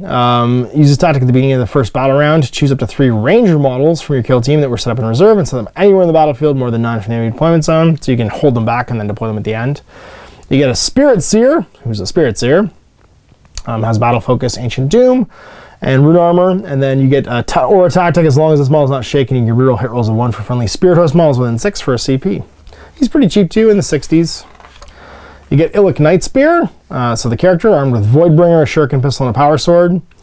Ancient Doom, Battle Focus, Hunter Unseen. This model is obscured by when it's targeted by a shooting attack, improve its save to 3+, which is pretty cool. And Bringer of True Death. You can reroll hit rolls of 1 for the model's attacks target Necron models. He's a legendary Hunter level 3. And that's basically it. Ranked by Marbo. That's it. Use this tactic at the start of your shooting phase. If your kill team includes Illic Night Spear and the model is not shaken, that model becomes readied, and for the purpose of making shooting attacks in this phase, it's considered to have remained stationary. So you can basically run with it like Wayforger and then spend 2 CPs to be considered readied instead, which is pretty neat. And your gun's kind of amazing. And you don't count as moving either. That's right, well, because you're heavy 1, right? So now you're hitting on 2+ again. A modifying this weapon does not suffer the penalty of hit rolls for targets being at long range. It wounds on a 2+. Each time you wound of 6+, take a mortal wound in addition to any other damage. It's damage 3. So you just headshot the hell out of everything. I can finally buy one of these boxes. Yes, now you've got Wraithguard and Wraithblades, which are pretty great. You get Demo, Heavy, and Veteran. Remember, no leader here, though, so you're going to have to get something little to lead them. All right, you need Spirit Seers or Warlocks. Well, there's no Warlocks. Oh, really? The base one doesn't have... Doesn't have Warlocks, I'm pretty sure. You get your leader... Huh. You get your leader Guardian, and you get your leader Dire Avenger and stuff like that. And Ranger, I bet. That's right. So they are Wraithguard. They have Ancient Doom, Implacable, and Ghost Warrior. So they don't ever get experience. You get your Force Shield for a 4+ invul, and Fires of Wrath. Add 1 to their attack if they charge. And yeah, toughness 6, 3 wounds, 3+ save. Combat Veteran Zealot, Demo Heavy Veteran. You can get Striking Scorpions now, and an Exarch, which is cool because you get a 2-wound Exarch. They get Battle Focus, Shadow Strike, add 1 to hit rolls for attacks made by this model when they target a model that's obscured or when there's intervening terrain. Mana Blasters at the beginning of the fight phase. Pick a single enemy model within 1, roll d6 on a 6, take a mortal wound, and then sustain attack. Each time you make an unmodified hit roll of 6 with your Exarch, this model can immediately make another close combat attack, and they don't generate additional ones. So the leader gets leader. You can get Combat, Demo, Scout, Stealth, Veteran, and Zealot. And then Howling Banshees, Ancient Doom, Battle Focus, Acrobatic, reroll charge rolls, Banshee Mask. Enemy models cannot react when their targets by this model's charge. So no Overwatch, no falling back. And then War Shout, your opponent must subtract 1 to hit rolls when they fight the Exarch. So Banshees are pretty cool with the no Overwatch, which means they almost always get in there. You get your D-Scythe, so all your crazy super guys, your D-Scythe, Assault D3, Strength 10 -4, 1 damage, and it automatically hits. Blah. Strength 10 -4 flavor. That's right. Come at me, bro. Your Scorpion's Claw, which is it's part pistol, part melee weapon. By the way. Oh, I know. And the Scorpion's Claw in melee is not minus to hit. So you're only strength 6, because you're only strength 3 base, but you're not -1 to hit, and you're -3 D3 damage. And your Wraith Cannon, strength 10 -4 D6, which is still gross. Your Ghost Axe, which is going to be strength 6 -3 D3, and you're -1 to hit. And then your Ghost 7. Swords, he's 5 base, straight 7, will be strength 6, -3, 1 damage. Each time it fights, add 1 to the attack, additional attack with this weapon. He's 3 attacks, I think. So he's 2 base, I'm pretty sure, but there might be a fighter version. Nah, he's 2 base. So he's got 3 attacks, or combat for 3 base. Zealots plus 1 strength and attack on the charge. Yep. And then they're not that expensive. The Wraith Blades, the stabby ones, are only 36. Yeah, you have to pay for the axe. The shield also costs you 8 points. So you get a 44. Oh, does he have to pay for the shield? I think so, yeah. You might not have to take it if you take the Ghost. No, you just get Ghost Swords. You can buy it or not buy it. And you could replace it with a shield and sword. Yeah. Or axe and shield. Axe and shield. Yeah. So you can do the 2 swords, then you have 4 attacks base. And they don't cost any extra, they're just 36. That's right. Yeah, you're just 36. I mean, toughness 6 is going to keep you alive pretty well and 3 wounds. Yep. And you could bring 2 of those and an Exarch of one of either one. Or just lots of plebs, right? Do whole buttons and stuff, like just Dire Avengers and little dudes. Drukari, get an extra tactic. It's the mandrakes, up to 3 of them, can be anywhere on the table in reserve. You get racks. They can be leader, heavy for the gunners, combat, demo, medic, veteran, or zealot. I wouldn't let a rack medic me. Are you kidding me? What kind of medic is that guy? You get incubus. So an incubi. I think it's supposed to be just incubi. It's an incubus. Incubus. Well, incubus is plural, isn't it? Not. Incubi. Oh, incubi is plural. That's right. Incubus is one. The incubuses are the incubi. I thought it was incubi though. I thought they just messed. There's a brigade of turtles. No, I'm just saying. I thought they just made it incubi in the book because it's like a standard term, not like trying to do it properly. Anyway, Word speak. 1 incubus in your kill team can be a Clavix. You get tormentors. Add 1 to nerve checks if they're within 3 of any of these people in lethal precision. +2 to damage. If the wound roll is a 6, so you get to be damaged 3 or whatever. And then your Clavix can be a leader, combat, veteran, zealot. You get grotesques, combat, demo, zealot, and then mandrakes, who can be leader for the Night Fiend, combat, scout, veteran, and zealot. Yeah, they're pretty cheap. Grotesques are 38, which is bananas, but they are huge monstery things. So you do get your huge monstery things. Your incubus, is only 13 points. That is cheap for a 3+ armor. Gonna cost you? Nope, his glaive is free. No, his glaive is free, and the Clavex is they're armor the clave. That's all. So just 3+ armor save, clave guys. Woof. They're Space Marines.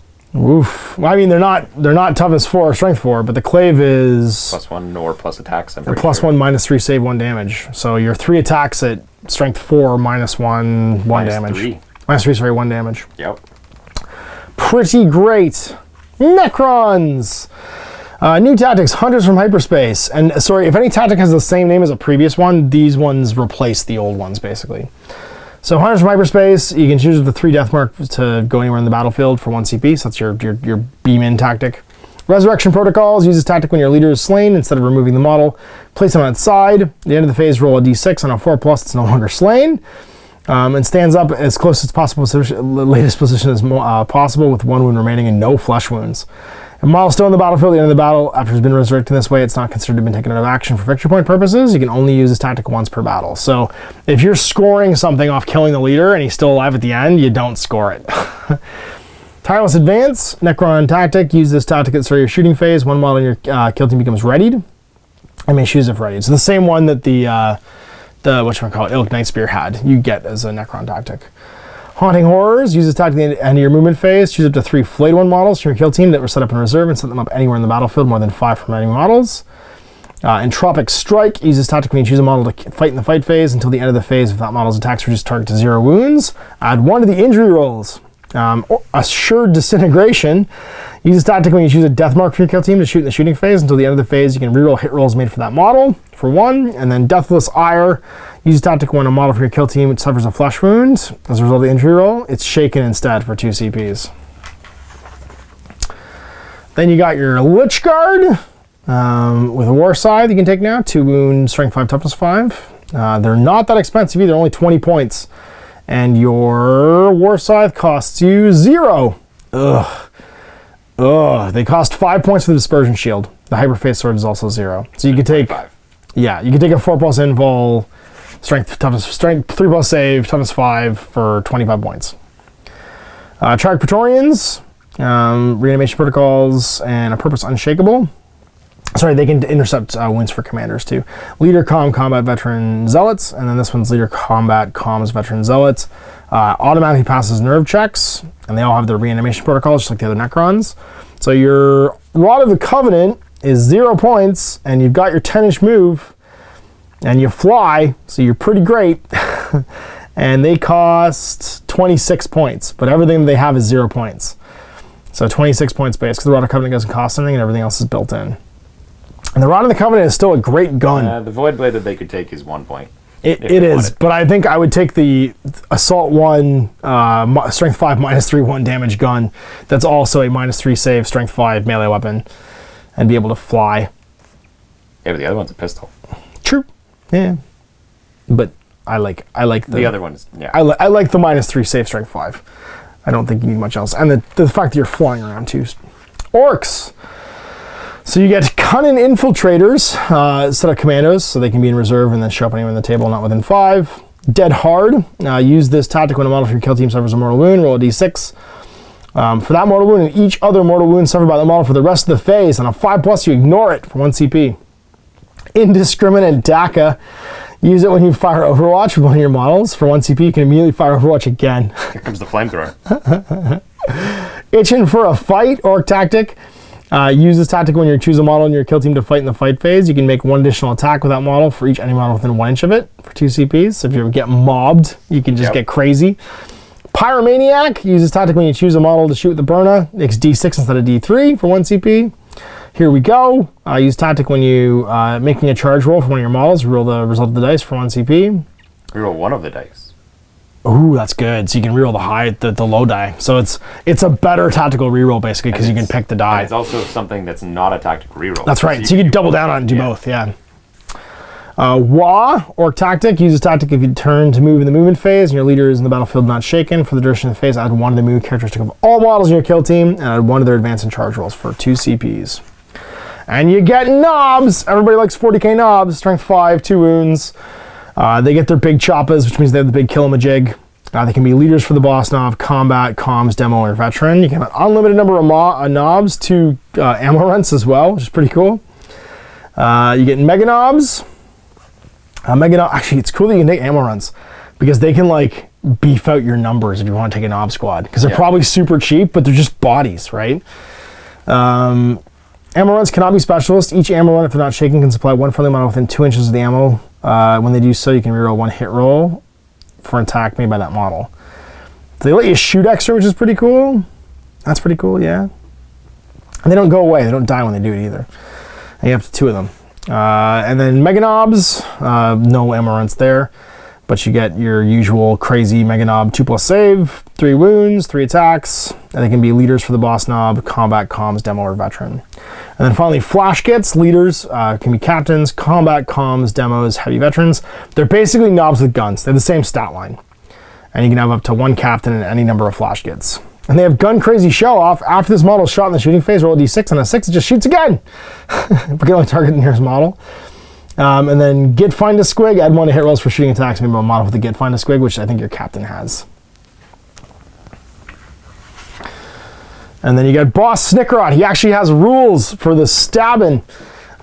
He's your Sly Marbo. He has a Red Skull Commandos tactic.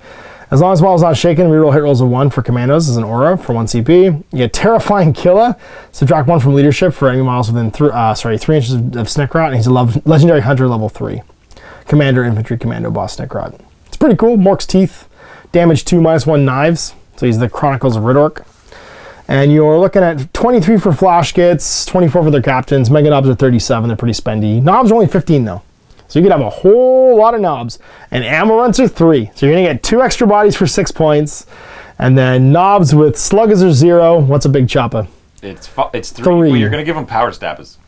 Because you're already strength 5. And that's true. Going up power stabbers are 1. Can you take a power stabber on a knob though? I mean, I don't think they can. They sure can. Power stabber or slugger. That's it. Oof. Can they take shooters? That's the real question. Probably. You can take a slugger, replace it slugger and chopper with up to 2 different weapons from the following list: big chopper, kill saw, power claw, power stubber, slugger. No, you can't. You can take maybe also be armed with a combi weapon or rocket launcher, or combi weapon with scorcher. No shooters. Just sluggers. Because shooters would be great, but you do get combi sluggers or combi shooters. The rocket's only 3 points. Yep. I think it's only 1 shot, and you're going to be -1 to hit. Power stabbers are pretty cool, though, but you're not 2 damage then. The 2 damage in this, because you roll 2 pick the highest to kill somebody, is a big deal. That's true. Right, big choppers are. That's true. Yeah. If someone has armor, you're -1 still with a big chopper. Yep. Which is real good. Your Tau Empire, you get some Manta Strike, so you can choose battle suits. They're not infantry but can fly. MV1 gun drones, MV4 shield drones, or MV7 marker drones from your kill team that were in reserve, and they can drop in for 3 CPs, up to 3 of them. Stealth fields, you get 3 up to XV25 stealth battle suits for the kill team that were set up in reserve, and then deploy them anywhere in the battlefield not within 9. That's the beginning of the first battle round for 1 CP. Stealthy Hunters, Use this tactic at the beginning of your first battle round. Choose up to 3 crew carnivore models for your kill team that were set up in reserve, anywhere not within 9 of the battlefield. So these are both first battle round ones. So you can just not deploy your army, and then first battle round, have them anywhere on the table not within 9 of the enemy's deployment zone for 2 CPs. Focused fire, use it after a model from your kill team inflicts an unsafe wound on an enemy model in the shooting phase. For the rest of the phase, you can add 1 to wound rolls for attacks made by other models from your kill team that target the same model, as long as they're the attacking model is within 2 of the model that inflicted the wound. So if you have a little aura now, all of a sudden, for focusing your fire. Neuroweb System Jammer. Use this attack at the start of your shooting phase. Pick an enemy model within 12 of that model from your kill team. Use until the end phase, that model's controlling player must subtract -1 from hit rolls made for that model. So you get to jam up their ability to shoot. Support turret replacement. Use this tactic at the end of your movement phase. Pick a friendly Fire Warrior or Fire Warrior Breacher model whose DS8 tactical support turret's been removed from the battlefield. Set up a new one within 2. So that you just drop in another turret, basically, for 2 CPs if it's died. So you get a Commander and Enforcer battle suit, which is pretty cool. He's got an aura, depending upon which one you want to do. You can do Kion as long as this model is not shaken. Friendly models that begin the movement phase within 3 of this model cannot move for any reason, but you can reroll failed hit rolls. Mont Ka, as long as this model is not shaken. Friendly models can shoot in the shooting phase if they had not moved in the preceding movement phase, and add 1 to hit rolls for shooting attacks that target enemy models that are not in long range. And you can only use this tactic once per battle. So you get to basically like blitz shooting once per battle in 2 different ways. Pretty spendy, 62 points to 127 points, and all your guns cost as well. Then you can take an XV8 Crisis Suit, because of course you can, because it wouldn't be tied with their Crisis Suits. They can be a leader, comms, demo, heavy, sniper, veteran. You can take an Iridium Battle Suit for a 2+ save, a Body Knife Ritual, so that you get -1 nerve test. Oh, it's -1 nerve. I was like, you're suffering -1. It's -1 to the test, to the dice roll for nerve tests. For XV8 Crisis Shazvies or XV8 Crisis Shazvays from your kill team within 3 inches of any of the friendly models. For the greater good, if any model declares a charge against a model from your kill team, models from your kill team start within 6 of one of the charging models' targets may fire Overwatch as if they were also targeted. But they cannot fire Overwatch again for the rest of the phase. And then your battlesuit, jetpack, fly. Your crew carnivores, hooray! Crew rifle, they're crew. Leader, combat, scout, sniper, veteran, zealot. Put them in charge, make them a leader. You get a Dark Strider. This model's armed with a pulse carbine and photon grenades.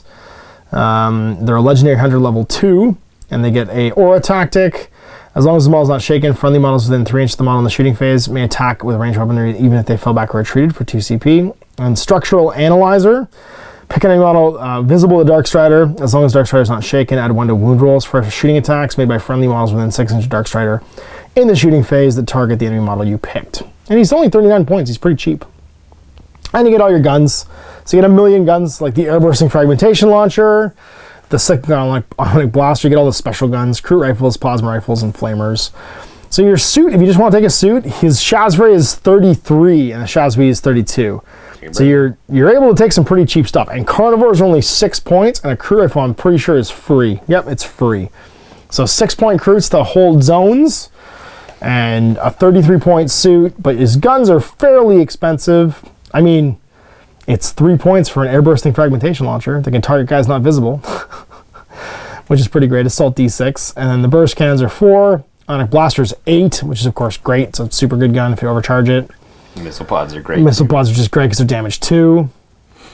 They're also expensive. They are expensive, yeah. They're the most expensive thing that you can take.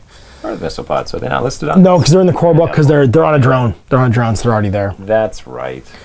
And then you can take your support systems as well. You can't have more than the same one. So you can take an advanced targeting system to improve your AP, counter-fire defense system, reroll hit rolls for this modified shooting attacks when you take Overwatch, drone controller, add 1 to hit rolls for drones within 6, early warning override. If any enemy models set up within 12 of this model during a phase, you can turn around and shoot them. But you're -1 to hit. That's really cool because it doesn't even cost you a CP, you just do it. Multi-tracker, reroll hit rolls of 1 in the shooting phase if the target's more than 1 model within uses against ranged weapons. Shield generator for a 4+ invul. Target lock, this model does not suffer the penalty for moving and firing heavies or for advancing and firing assaults. They can also advance and fire rapid fire weapons, but subtract 1 to hit. And then velocity tracker, add 1 to hit rolls for this model's range attacks against targets that can fly. So pretty great being able to take a crisis suit. And here they are, the worst. The worst. Death from below. You can take Ravener models and set them up to 3 of them anywhere not within 5. Adrenaline surge. Use attack at the end of your fight phase. Pick a model from your kill team, and they fight again. Yay. Ugh, for 2 CPs. Predatory leap. Use tactic before making a charge roll against a model that can fly. Also, you treat them as if they can fly for 1 CP. That's really good. That is really good. Just ignore train. Vertical. Yep. Woo. Tyranid tactic, rapid regeneration. Use tactic when a model of your kill team's taken out of action. On a d6 and a 4+, take a flesh wound instead for 2 CPs. So you get it as well, but it's a roll. Only the Space Marines don't have to roll dice. Yep. But you could use that on like a Tyranid warrior, what you get for which is bad. Gross. Implant attack, uses target before an injury roll is made by a model from your kill team. Add 2 to the injury roll, so you can injury roll on 2+, basically, for 2 CPs. Single-minded annihilation, uses tactic from a model in your kill team, shoots in the shooting phase. You can immediately shoot an additional time. It costs 1 CP point to use, or 2 if it's a Tyranid warrior, Ravener, or Hive Guard, or 3 if it's a Hive Guard. Yeah. Legacy of Guerrilla uses tactic when you choose a Gene Stealer to fight in the fight phase. Reroll failed wound rolls until the end of the phase for 1 CP. That's really good too. And you get Death Leaper. He gets melted into the shadows as a tactic. Use this tactic at the beginning of the battle round. If Death Leaper's on the battlefield, not shaken until the end of the battle round. But that model cannot make any charge attempts, but your opponent must subtract 1 from hit rolls, target them. So he just disappears basically. 70 points. Yep. I like the abilities. It's after me. You can reroll hit rolls and wound rolls in the fight phase for any of Death Leaper's targets to target a commander. In addition, Death Leaper can make a charge attempt when it's set up from reserve, though it does not have to make, though if it does, you only make a single d6 roll. So it's 2d6. Yeah. Instead of 2d6, sorry. You get Tyrant Guard, because of course you do. They are not Synapse. They have instinctive behavior. They get Shield Wall. Each time a commander, they can intercept the hits on a 2+ within 3. Blind Rampage, from the end of the phase in which a friendly commander is taken out of action until the end of that, the weapon skill becomes 4+. As attack characteristic becomes 4, they freak out. Yeah, they get worse to hit, but more attacks. Adrenal Glands, if a model has adrenal glands, add 1 to its distance it moves when it advances or charges. And Toxin Sacs, add any wound rolls of 6, do additional damage.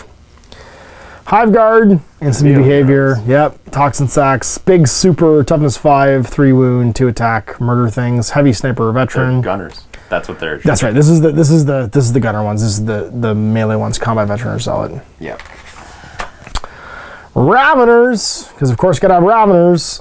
It gets Parasiting Talons and can take Rending Claws and Devour Death Spitter or Spine Fists. They have instinctive behavior as well. Combat Scudder Veteran. And they're relatively affordable. It's 15 points for a Ravener, who's basically a Tyranid warrior. And if you just give him the scythes, well, but the Scything Talons are 0. Yeah. So 15 points for a 0 points. 12-inch move. 12-inch move, 5 save, that's right. And they're not Synapse though. So they're not quite Tyranid warriors, which I find odd because I thought Raveners used to be Tyranid warriors. They were like an evolution of a Tyranid warrior. But you can get Crushing Claws for ×2 strength, -3 d3 damage, -1 to hit. And the Impaler Cannon, heavy 2, strength 8, -2 d3 damage. You can shoot at someone you can't see, but it's a 6 to hit, which is pretty super sweet. And then the Shock Cannon, which is assault d3, strength 7, -1 d3 damage. Woof. So good.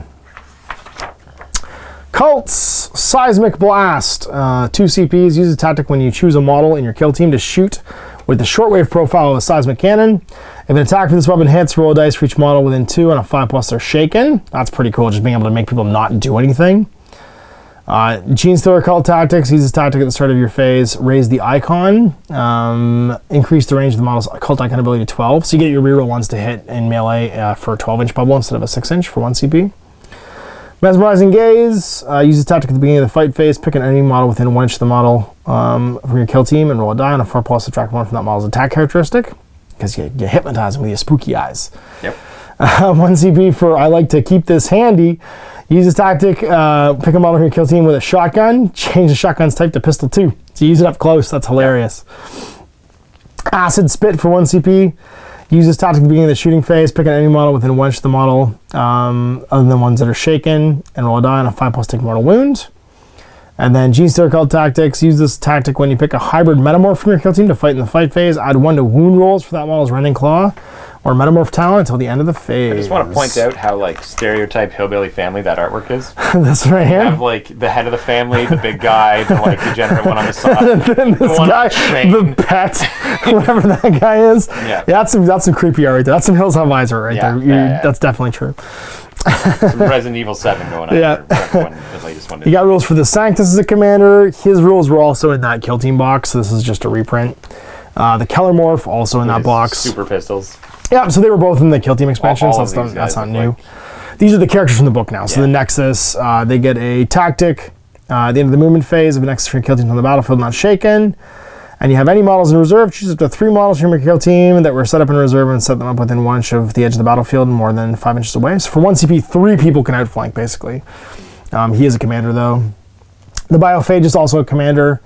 They get the use a tactic at the end of your movement phase. If a Biophagist from your kill team is on the battlefield, choose a friendly aberrant model within 2 inches of them and increase its strength, toughness, attack characteristic by 1 until the end of the mission. So you can shoot them with the super serum. Yep. You cannot choose the same aberrant twice with this tactic. You can't just keep filling them with super serum until they're like strength, toughness 7. Who else we got? The Locust. Their tactic is use a tactic in the movement phase of a locust your kill teams on the battlefield is within 6 inches of an enemy model, did not advance, fall back, retreat, or make a charge attempt. It's not shaken. The locust can immediately make a pylon move as described, except it moves to 6 instead of 3. So you're 6 inches away, you pylon with him and go fight. Clamavis.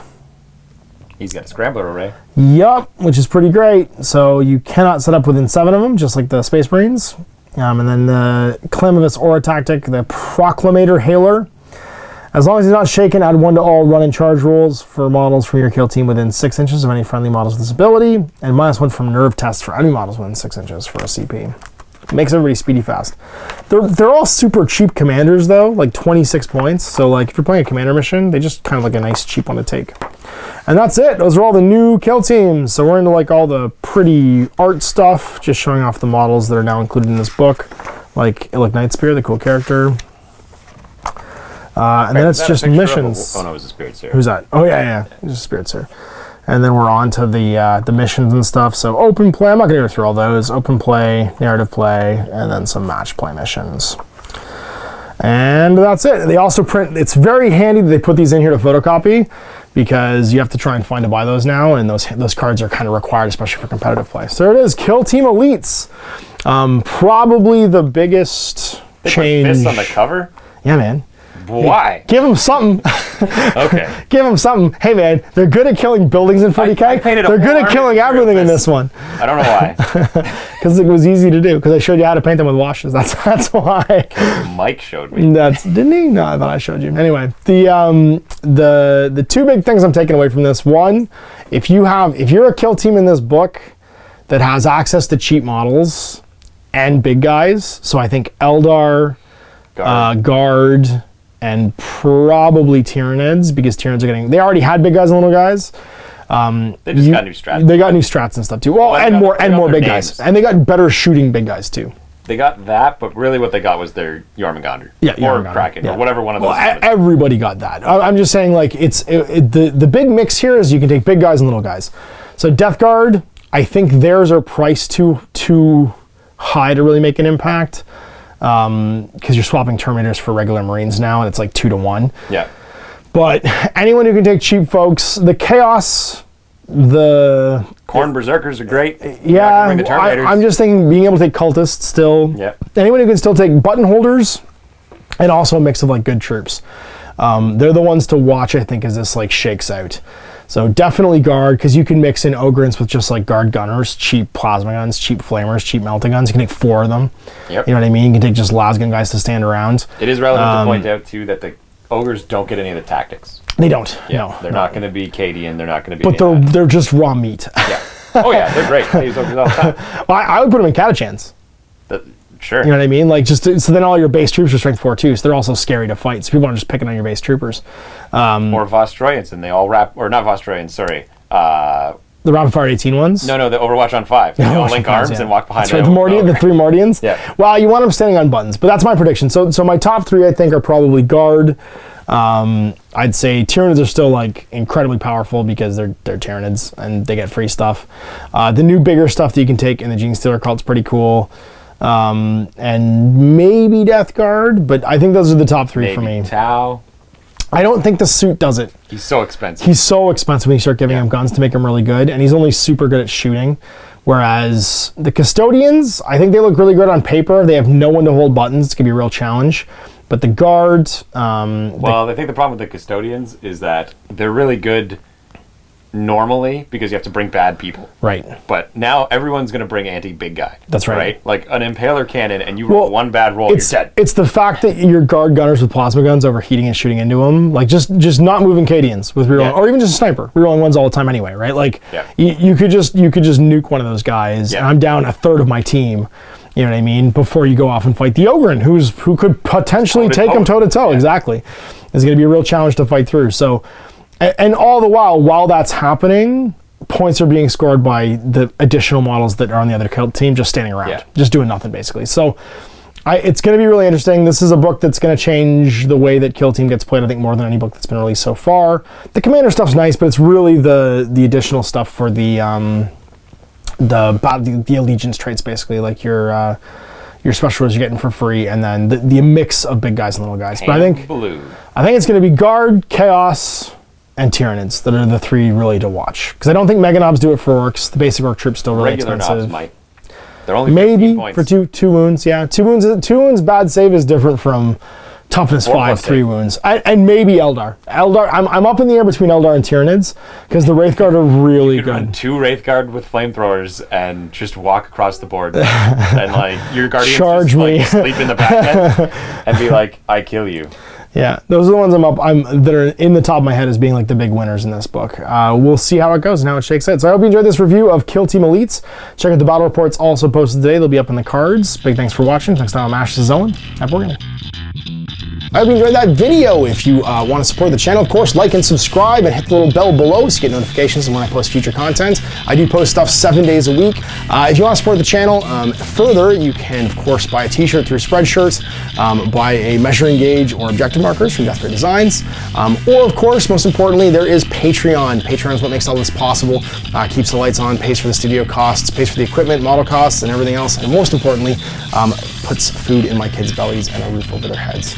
Big thanks to everyone, past, future, who supported me. I do this stuff because of you guys, and of course, I will continue doing it as long as I can.